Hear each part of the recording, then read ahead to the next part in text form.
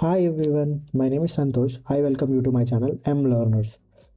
The topic for today is, as you already know, we will be seeing about the differences between these five terms, namely artificial intelligence, machine learning, deep learning, data science, and generative AI. So you may ask why this topic right now, right?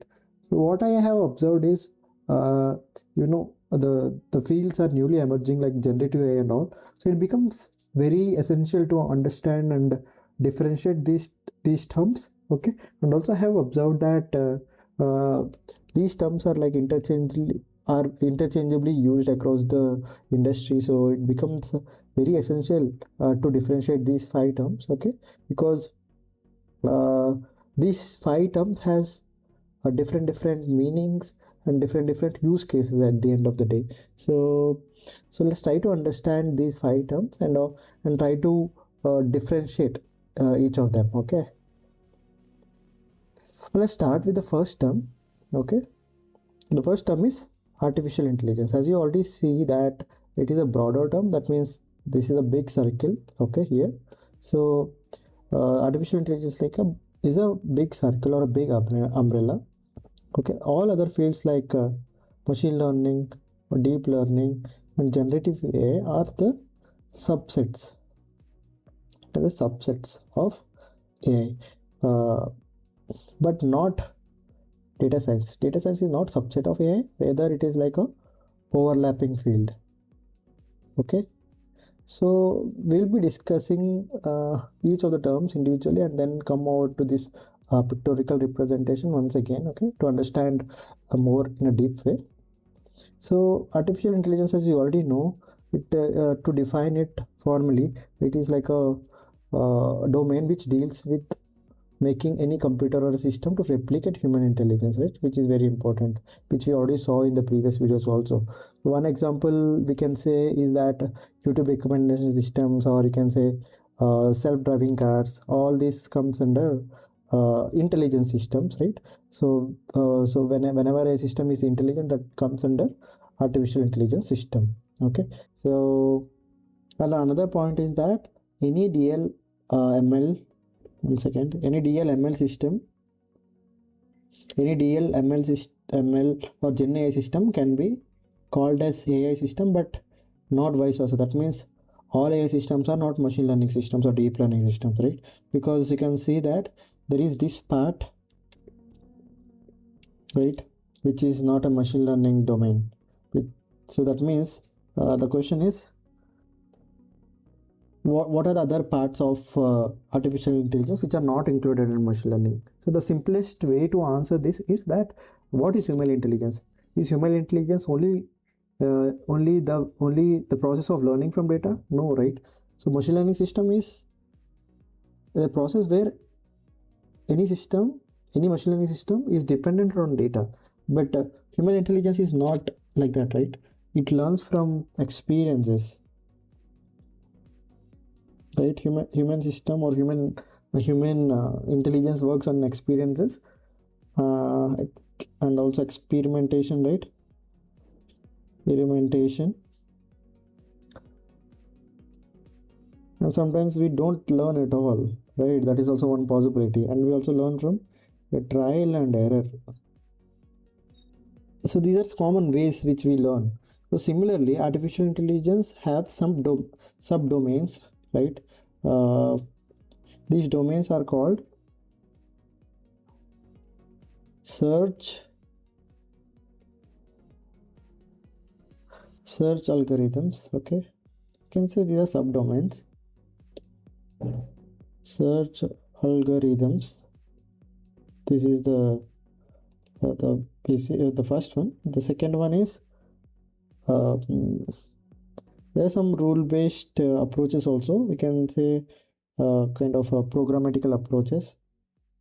There are some rule-based systems, and the third one is knowledge representations. So these are some of the fields which are not included in machine learning. And there is also one more field I forgot to mention, which is NLP. NLP is, yeah, right now NLP is predominantly part of machine learning, deep learning, but NLP was invented before the machine learning came into picture. So that is also part of artificial intelligence, right? So these are some of the areas where machine learning is not involved. So we can take an example of each of these. Like search algorithm means we can say that any GPS based system comes under the search algorithms, right? And the second one is that rule based systems, like any systems which follows if and else conditions comes under this, like, because there are predominantly some conditions programmed or pre-coded. So this wherever the system is having this if and else cases, those comes under this rule based systems. And the third one is that knowledge representation. This is like recommendation engine based on graphs. So earlier Facebook used to use this knowledge based recommendation engine to recommend you to somebody else, and recommend somebody else to you. Like this is most like a node based system. So it is also an intelligence system, right? And also you understood, right? The NLP predominantly, which was not using machine learning, comes under artificial intelligence domains, which are not part of machine learning. So these are the domains, lots of domains of artificial intelligence. And let's see what is machine learning now. So machine learning is a subset of artificial intelligence. Again, the subset of artificial intelligence which deals with algorithms that learn from the data. As I said, you right. Machine learning is a domain where it tries to learn from the data. So if there is no data, it can't do any task. So that's what the meaning is. So it improves over time because it is not predominant, it is not explicitly programmed. So that is one of the main benefit of machine learning, because it is trying to learn from the data and not from some of the rules coded by the human beings, right? So it is an automated way.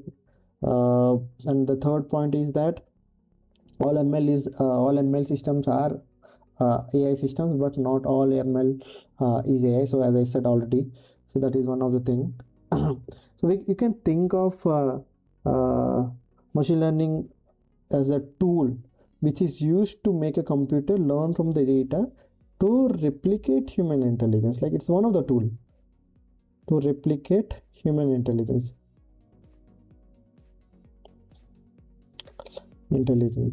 right? It is just a tool, right? So there are some algorithms like SVM, linear regression, are some of the classical algorithms of machine learning. Okay, so you can think of machine learning is like a more like what we can say, like which handles like simpler tasks, like this region, right? Let me take another color. This region, this part is like it handles more simpler tasks. So when I say simpler tasks, it is like example. If we take an example of simpler task, like predicting weather, predicting weather. Okay, that is one of the simpler tasks. Predicting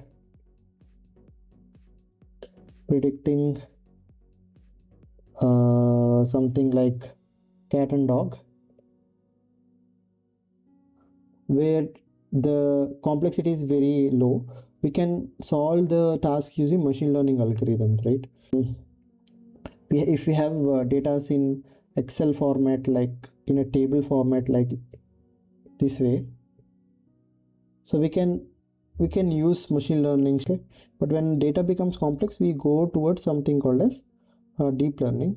So anyway, that is next point. So machine learning can do tasks like prediction, classification. Prediction can be anything like regression. So mostly again, classification comes under prediction only. So that is one thing. So recommendation, ranking, clustering. So all these tasks are done by using the data itself. So the machine learning algorithms like SVM, linear regression, and all learns from the data and then try to do the task at hand. So this is how machine learning works. So let's move to the deep learning. I hope you understood what is the meaning of machine learning, right? It is applied for more simpler task at hand. But when task becomes complicated, we move on to something called as deep learning. So deep learning is a subset of machine learning again, as we saw here. So deep learning is a subset of machine learning. It's a subset of machine learning which uses advanced algorithms like neural networks. So this is very important. So much deep learning depends solely on neural networks. So that's why the deep learning comes into picture. Deep means when these are neural networks. So when we have lot of layers like this, so it is called deep neural network. So the term deep comes from the deep neural network. So deep learning mostly depends on neural networks itself. So equipped to handle unstructured data like text, images, and videos. So these are most complicated tasks, right? So whenever we have text and images, it becomes very hard for any algorithm to understand. So to understand that meaningfully in a contextual way, we go for deep learning. So widely used for tasks such as text analysis, object detection. There are a lot of other tasks like segmentation and a lot of other tasks. Even it can be used for classification where the input data is very complicated. So even for that we can use deep learning. So advanced algorithms which uses neural networks like so there are advanced algorithms like deep neural networks, which I already told you. Like, so whenever the neural network is having very deep or having more layers, it comes under deep neural networks. So there are convolutional neural networks which is used for images. So that whenever the input is image, we use convolutional neural network. Whenever the data is time dependent, we use recurrent neural networks. Like whenever the data is dependent on time, that means forecasting something, right? So forecasting task and even the sentence, right? Any sentence which we say, right? Like a boy is playing. So even a boy is playing, if we take this as a sentence, so this is at t1, that means first second, third second. So it's also time dependent. So even this can be solved using RNN. So and transformers also works on textual. So this is also one of the state of the art which is currently used by a lot of LLMs. So this is the crux of every LLM out there right now.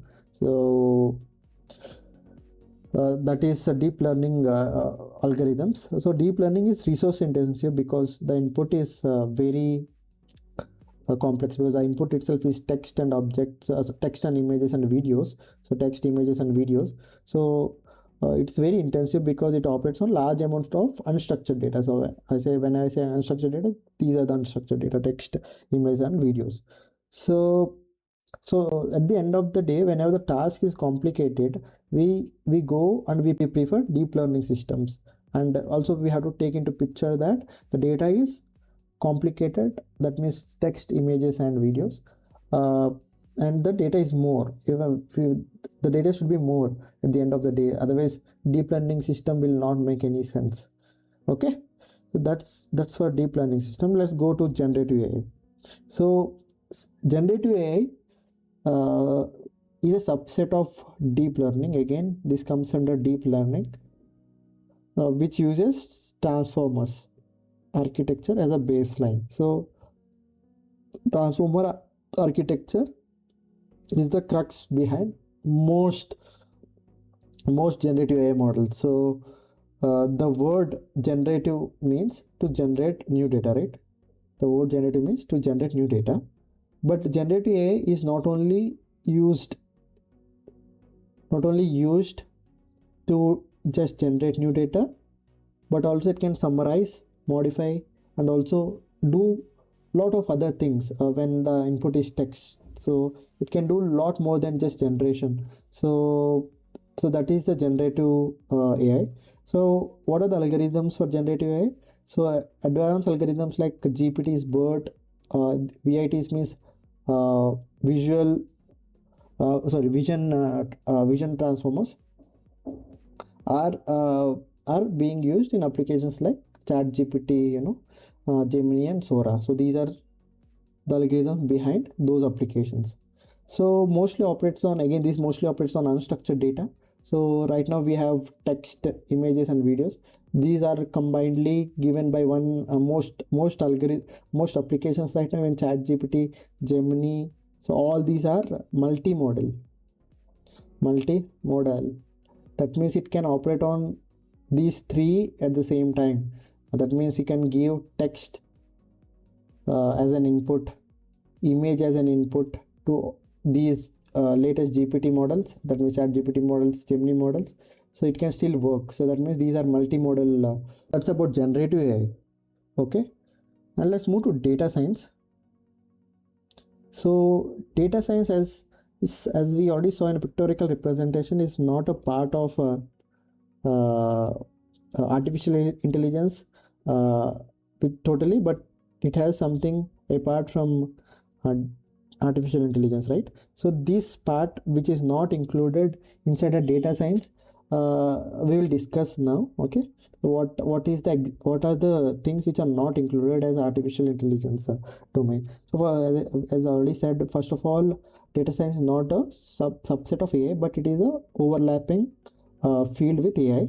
So data science is a field to study and analyze data to draw some insights with the aim of predicting what will happen in the future.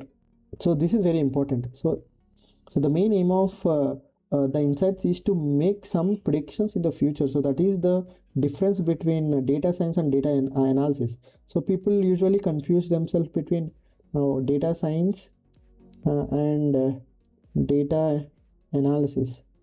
So data analysis is one part of data science, right? So we can say data science is like we will analyze and also say what will happen next.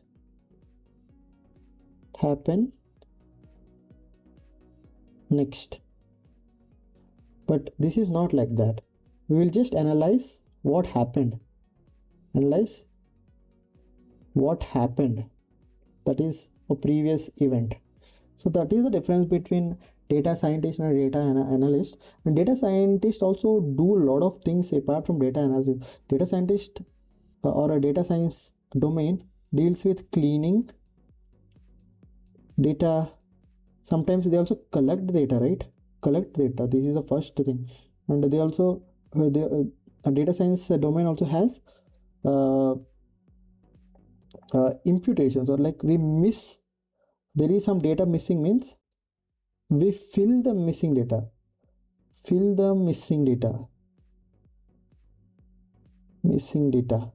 that is one thing. And also we do EDA, that is analysis, which is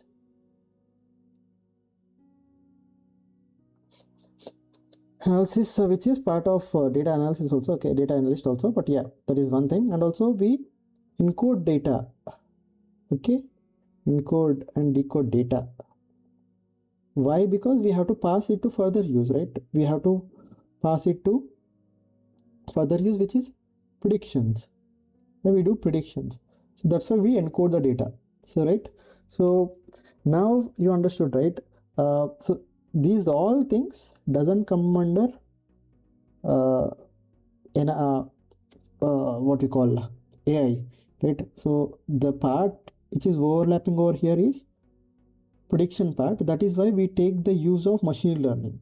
That is why data science and machine learning is overlapped, because if we want to make sense of data and predict the future, we have to use machine learning algorithms to predict what will happen in the future. So here we are overlapping with machine learning. So we are just taking machine learning as a tool to predict what will happen in the future. Okay, so this is the crux behind data science also. So data science uses many techniques from different fields like stats and probability to make various studies, right? Mostly operates on structured data. So this mostly operates on structured data like Excel, like a tabular format, a CSV formats, etc.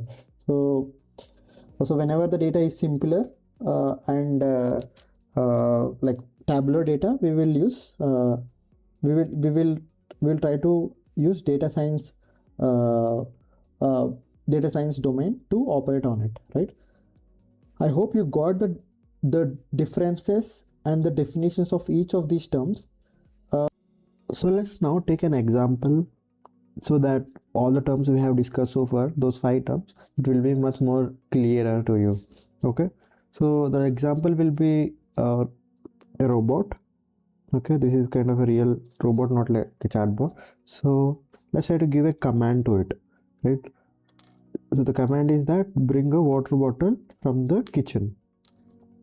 So this is a command which we are giving. So the aim of the robot is to complete the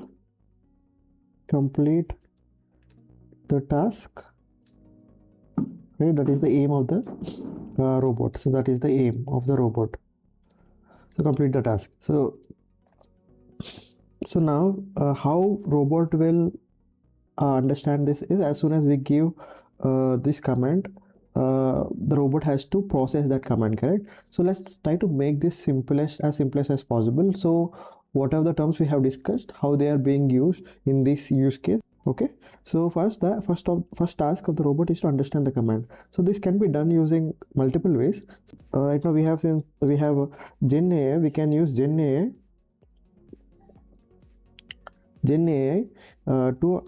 to understand the command. Okay, so or else, and how, if you ask me how precisely, so the GenAI we can use also NLP. So these are the fields where the robot can use these domains to understand the command, and it will understand and it will try to break down that command, right? So that is the way it will do. Or we can also say there is a speech to text. So, and then the text will be processed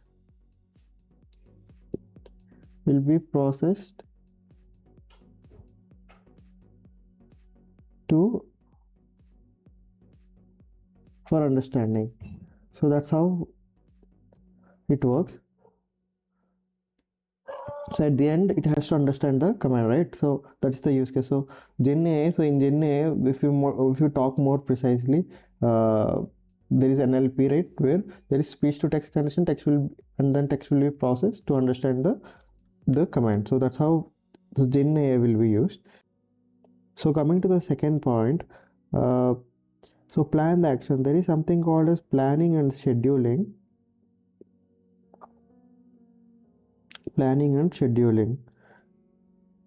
So this is part of completely AI, which is not included in machine learning. So this part AI will take care of, the one which is not part of machine learning. So what it has to do is it has to plan the action, right? So let's try to see how the actions are being planned. So the actions are, so it has to do the task, right? So it has to plan the action. So first action is that it has to go to the kitchen. So it has to go to the kitchen, first task. Second task, detect or find the water bottle.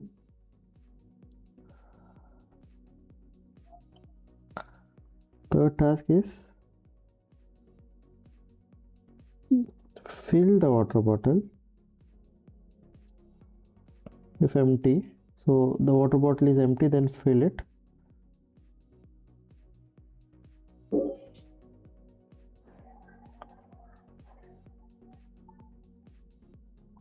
Then bring back the water bottle.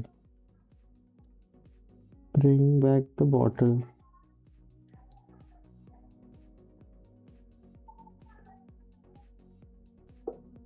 So these are the actions it has to plan. So this is done by using planning and scheduling. Okay, so that is where AI will be used. And let's see how each of the tasks will be completed, like which subdomains it will be using. So go to the kitchen. Again it is kind of a navigation, right? So there are multiple, sorry, once again. So navigation has to happen using uh, lot of ways. So to simplify it, so navigation is purely, or we can say, a GPS, right? And GPS again comes under search algorithms, which is part of AI. So this is one thing, correct?